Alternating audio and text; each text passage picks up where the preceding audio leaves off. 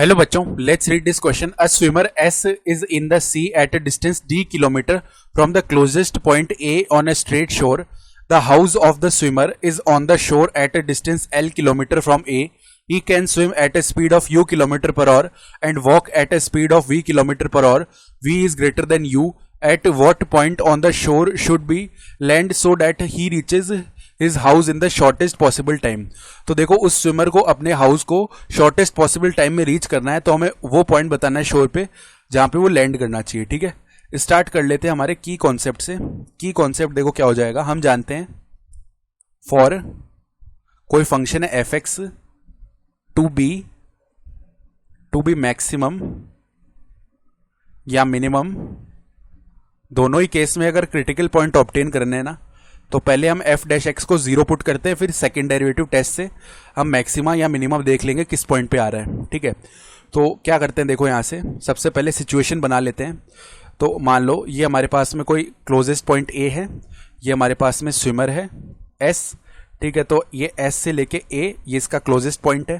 ठीक है, और मान लो कि ये शोर पे एक्स डिस्टेंस पे आ रहा है जहां पे कोई पॉइंट है सी.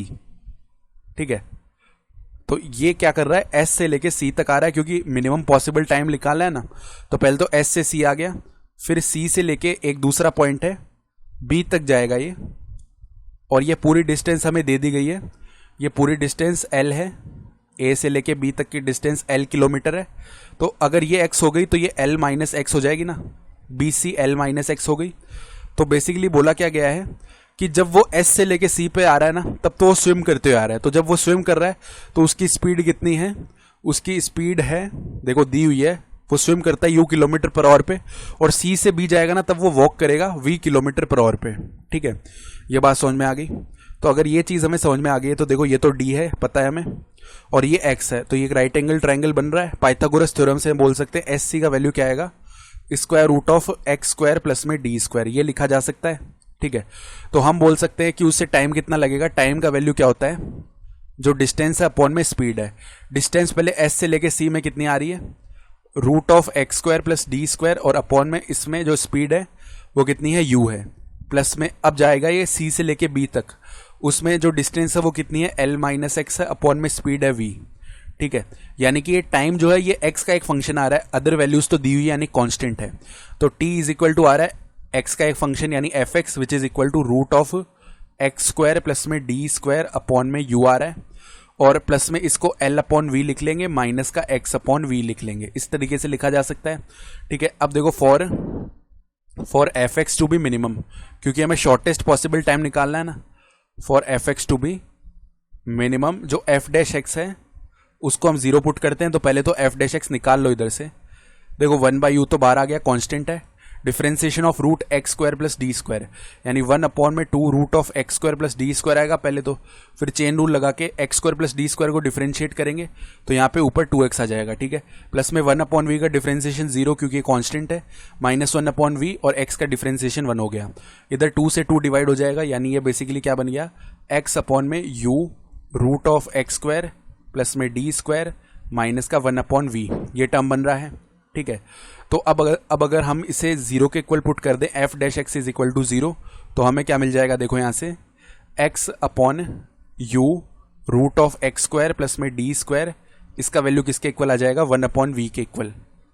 ठीक है, क्रॉस मल्टीप्लाई कर लो तो एक्स वी का वैल्यू क्या मिल जाएगा हमें, U root of X square plus में D square, both sides square कर लो तो एक्स स्क्वायर वी स्क्वायर का वैल्यू क्या मिल जाएगा, यू मल्टीप्लाई में एक्स स्क्वायर प्लस में डी स्क्वायर, और इधर यू स्क्वायर होगा. ठीक है, तो ये वैल्यू बन रहा है X square V square which is equal to U square X square plus में यू स्क्वायर डी स्क्वायर. अगर हमने एक्स स्क्वायर कॉमन कर लिया तो इधर से वी स्क्वायर माइनस का यू स्क्वायर बन जाएगा, that is equal to U square D square. अगर हम इधर से एक्स स्क्वायर निकाल लेंगे वो क्या आ जाएगा, you square D square upon में वी स्क्वायर माइनस में यू स्क्वायर. ठीक है, यानी एक्स का जो वैल्यू है वो क्या आ जाएगा, देखो x का वैल्यू क्या आ जाएगा हमारे पास में, रूट करेंगे अब इधर से. ठीक है, अब जब रूट करेंगे हमें पता है कि v का वैल्यू ग्रेटर देन है u से, तो ये जो डिनोमिनेटर है ना ये तो एक पॉजिटिव वैल्यू आएगा क्योंकि V square minus U square positive होगा. ठीक है, अब जो ऊपर लिखा हुआ है ऊपर रूट करेंगे तो ud आ जाएगा. ठीक है, तो इसका वैल्यू देखो, अगर हम बोल दे प्लस माइनस यू डी, क्योंकि रूट क्या है ना, तो plus minus U D upon में root of V square minus U square, तो इसकी दिक्कत नहीं है, तो पॉजिटिव है। अब देखो हम माइनस का साइन नहीं ले सकते, क्यों नहीं ले सकते? क्योंकि यहाँ पे x का जो वैल्यू है वो पॉजिटिव आना चाहिए, क्योंकि x ऐसी एक डिस्टेंस ही तो है, ठीक है, a से लेके यहाँ c के बीच की डिस्टेंस है, तो ये पॉजिटिव आएगी, ठीक है। तो अब अगर ये पॉजिटिव है ना, तो x is equal to minus U D upon में root V square minus U square, ये हो जाएगा नॉट पॉसिबल, नॉट पॉसिबल। तो जब ये नॉट पॉसिबल है, इसका मतलब क्या है, this implies x will be equal to only U D upon में root of V square minus U square, ये आ गया। अब ये चेक करना है कि इस पे हमें शॉर्टेज डिस्टेंस ही मिलेगी या नहीं, उसके लिए हमें f डबल डैश एक्स निकालना पड़ेगा। तो अगर हम f डबल डैश एक्स निकाल रहे हैं, वो देखो किसके इक्वल आ जाएगा, f डबल डैश एक्स, तो इधर से पहले तो 1 अपॉन यू कॉन्स्टेंट है, 1 अपॉन यू कॉन्स्टेंट रहा, डिफ्रेंसिएशन करेंगे x upon root X square plus D square का। तो यहाँ पे देखो डिवीजन वाला रूल लगेगा, तो root of X square plus D square, इसका स्क्वायर करेंगे तो X square plus D square हो जाएगा, और root of X square plus D square constant रहेगा, डिफ्रेंसिएशन ऑफ x होगा which is equal to 1, minus अब x कॉन्स्टेंट रहेगा, differentiation of root X square plus D square होगा, जो कि 1 अपॉन में 2 root of X square plus में D square आ जाएगा। अब डिफरेंशिएशन चेन रूल से x square plus D square का होगा, जो कि 2x आ जाएगा, ठीक है। और यहाँ पे देखो माइनस में 0 है, क्योंकि आगे का टर्म तो कांस्टेंट ही है, ठीक है। तो ये क्या बन गया, 1 अपॉन यू और root of X square plus में डी स्क्वायर, माइनस में देखो इधर एक्स स्क्वायर बन जाएगा, 2 से तो 2 डिवाइड हो गया ना, अपॉन में root of X square plus में डी स्क्वायर, और इसके होल अपॉन में X square plus D square चल रहा है, एक्स स्क्वायर प्लस में डी स्क्वायर, ठीक है।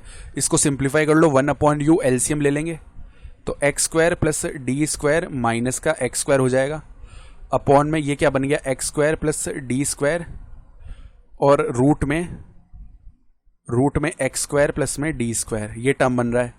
तो अब देखो x square minus x square 0 हो गया। अब यहां से ही देख के बता सकते हैं ये वैल्यू हमेशा पॉजिटिव आएगा। कैसे, x square plus D square positive है, ये टर्म भी पॉजिटिव है, डी स्क्वायर भी पॉजिटिव है, 1 अपॉन यू भी पॉजिटिव है, तो पूरा टर्म पॉजिटिव आएगा।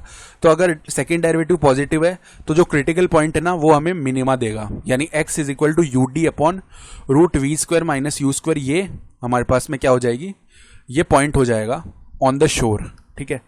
तो अगर हम बोलना चाहते हैं वो पॉइंट क्या होगा, यानी रिक्वायर्ड आंसर हो जाएगा x is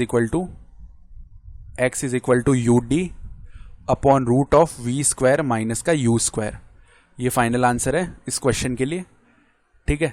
I hope you understood this explanation, best of luck.